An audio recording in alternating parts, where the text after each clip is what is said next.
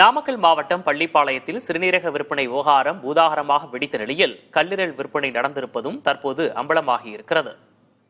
நாமக்கல் மாவட்டம் பள்ளிப்பாளையம் மற்றும் அதன் சுற்றுவட்டார பகுதிகளில் வறுமையில் வாடும் விசைத்தறி தொழிலாளர்களை மூளை செலவை செய்து அவரது சிறுநீரகங்களை சட்டவிரோதமாக விற்பனை செய்தது சமீபத்தில் வெளிச்சத்துக்கு வந்தது. இது தொடர்பாக அமைக்கப்பட்ட விசாரணை குழு சிறுநீரக விற்பனை முறைகேட்டை தடுக்க அரசுக்கு பல்வேறு பரிந்துரைகளை அளித்தது.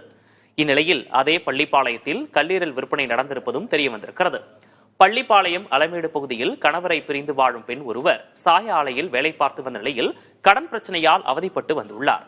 இதை தனக்கு சாதகமாக பயன்படுத்திய ஈரோட்டைச் சேர்ந்த இடைத்தரகர் ஒருவர் சம்பந்தப்பட்ட பெண்ணை மூளைச்சலவை செய்து மருத்துவமனைக்கு அழைத்துச் சென்று அவரின் கல்லீரலை பெற்றுள்ளார். இதற்காக 8 லட்சம் ரூபாய் வரை பேசி இறுதியில் 5.5 லட்சம் ரூபாய் மட்டுமே கொடுத்ததாக பாதிக்கப்பட்ட பெண் பகிரங்கமாக தெரிவித்துள்ளார்.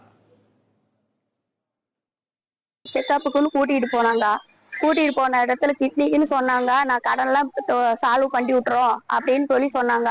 இந்த பிரச்சனையெல்லாம் இருக்காதுன்னு சொல்லி கூட்டிட்டு போனாங்க. கூட்டிட்டு போன இடத்துல கிட்னிக்கு தேவையில்ல, இவருக்கு தான் தேவைன்னு சொல்லி எல்லாம் அத்தாச்சி மாத்தினாங்க. மறுநாள் ஆபரேஷன் பண்ணினாங்க. பண்ணி எந்த இதுவுமே இல்லாம கான்ட்ராக்டர்லாம் எல்லாமே இது பண்ணிட்டாங்க. செக்கப்புக்கு எல்லாத்துக்கும் கூப்பிடுவோம்னு சொன்னாங்க. எதுக்குமே கூப்பிடவும் கிடையாது. ஆனா ரொம்ப இதா இருக்குது, உடம்பு முடியாம போயிருது. என்ன பிள்ளைங்க தான் பாத்துக்குது. இது மாதிரி அமௌண்ட் இவ்வளவு 8 கொடுக்கறேன்னு சொல்லிதான் கூட்டிட்டு போனாங்க. கையில கொடுத்தது 5.5 தான் கொடுத்தாங்க.